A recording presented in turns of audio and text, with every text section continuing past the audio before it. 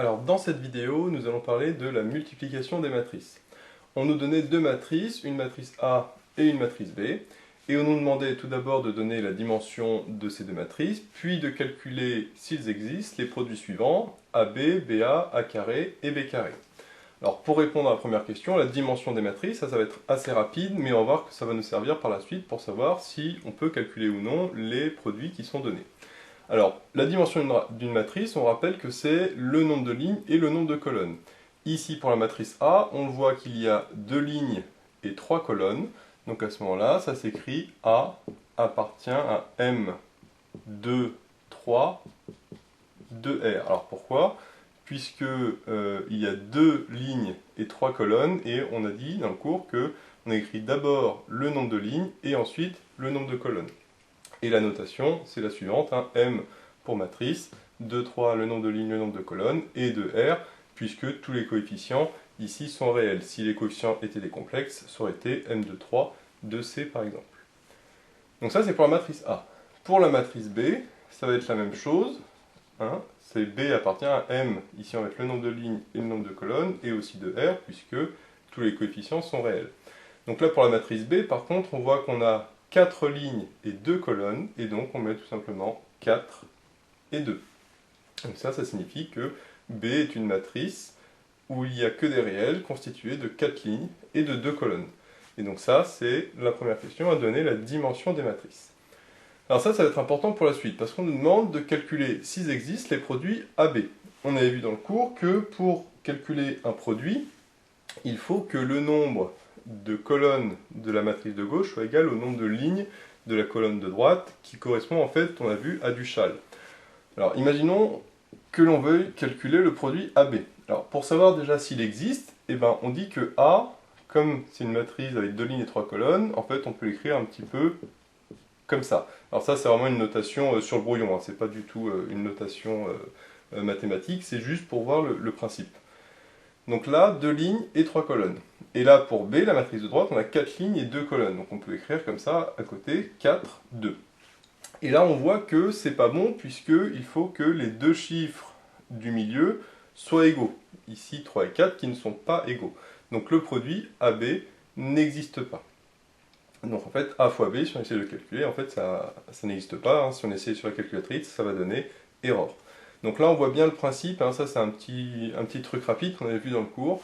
C'est assez simple de voir si on peut calculer hein, en faisant un espèce de théorème de Châle, on va dire, hein, entre guillemets, où on écrit comme ça, hein, on réécrit le nombre de lignes, le nombre de colonnes, et les deux chiffres du milieu doivent être égaux.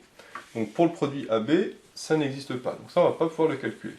Donc lui, on peut déjà le barrer. Maintenant pour le produit BA. Pour le produit BA, on va faire la même chose.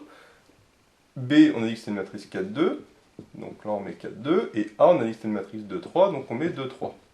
Et là, par contre, on voit que ça marche, puisque les deux chiffres du milieu, 2 et 2, sont égaux. Donc, B fois A est un produit qui existe, et en plus, on peut savoir la dimension de la matrice résultante, puisque ça correspond aux deux chiffres qui, eux, sont à l'extérieur, qui sont 4 et 3. Et donc, du coup, ça va donner une matrice 4, 3, c'est-à-dire avec 4 lignes et 3 colonnes.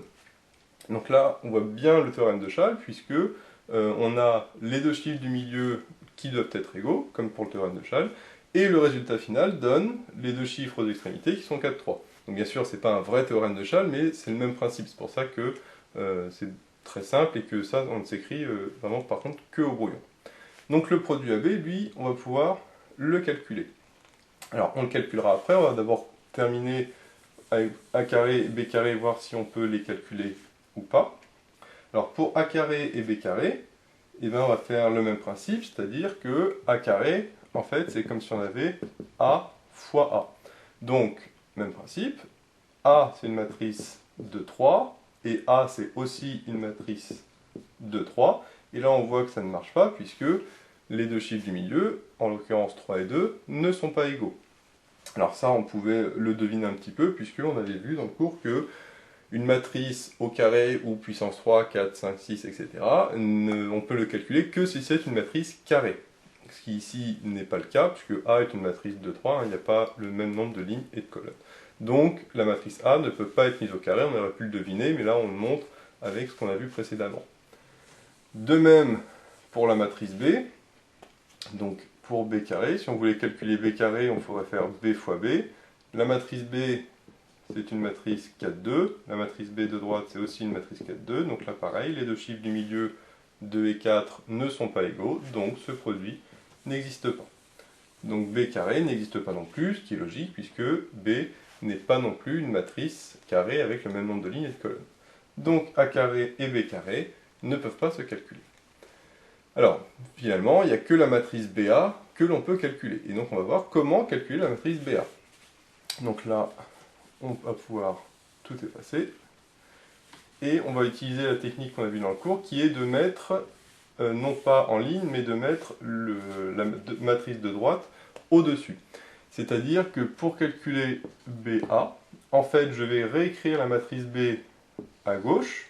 Donc ici, 2, 4, moins 3, 6, 1, 7 et 8, 9. Et la matrice A de droite, je ne vais pas la marquer ici, mais je vais la marquer au-dessus. C'est-à-dire que je vais la marquer comme ça. Donc là, 4, 5 et 6. Et là, quel est l'intérêt? Eh bien, l'intérêt, c'est que, en fait, le résultat qui est ici va pouvoir se calculer très facilement avec les lignes et les colonnes. Alors déjà, ça nous donne la dimension de la matrice, puisqu'on voit qu'elle est constituée de 4 lignes et de 3 colonnes, qui est ce qu'on avait vu précédemment avec le pseudo-théorème de Schall. Et en plus, chaque coefficient, par exemple ce coefficient qui est ici, va se calculer en multipliant la ligne correspondante avec la colonne correspondante.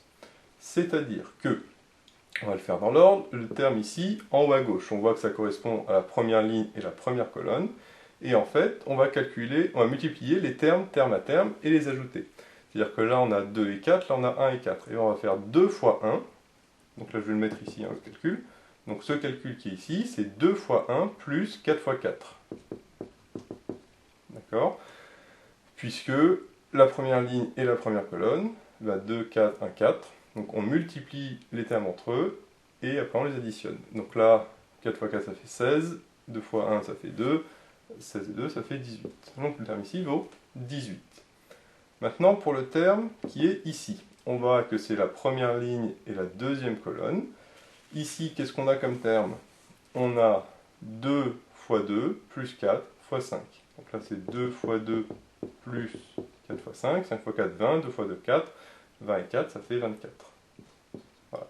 Ensuite, même principe pour là. C'est la première ligne et la troisième colonne.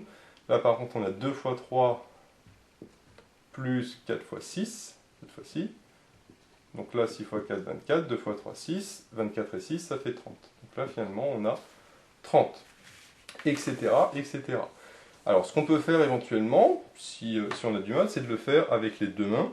C'est-à-dire que on prend, par exemple, le terme ici, on prend la première ligne, la première colonne, et en fait, on décale à chaque fois. C'est-à-dire, on fait moins 3 fois 1, plus 6 fois 4.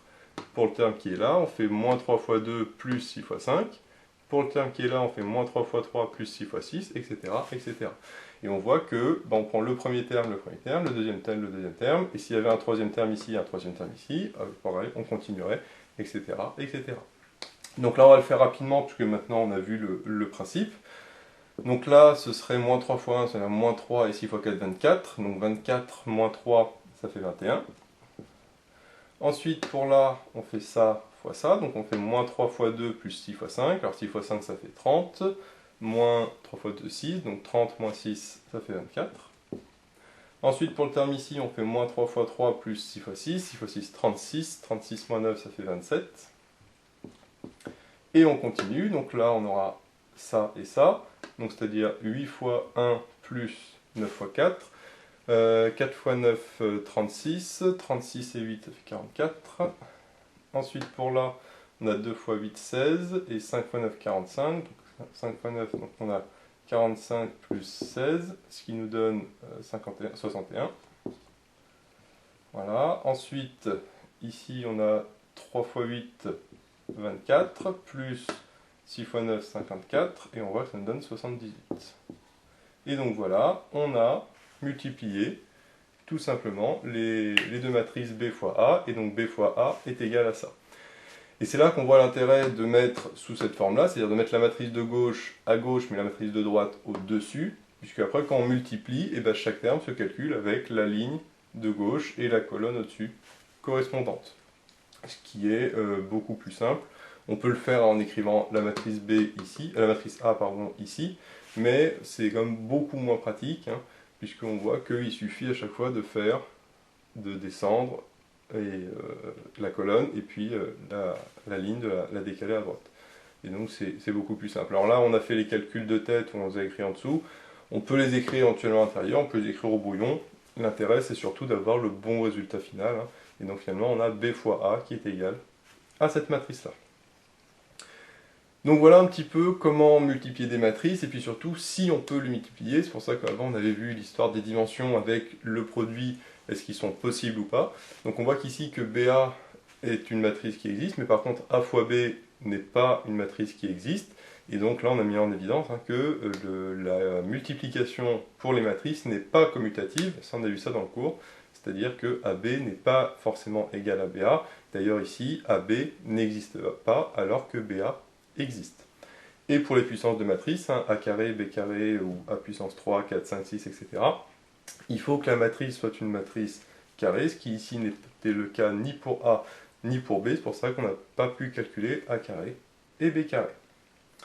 Donc voilà, j'espère que cette vidéo vous sera utile. N'hésitez pas à vous abonner pour être au courant des nouvelles vidéos qui sortiront. J'ai mis le lien dans la description vers l'énoncé de l'exercice ainsi que vers d'autres exercices. Et moi je vous dis à bientôt pour une nouvelle vidéo.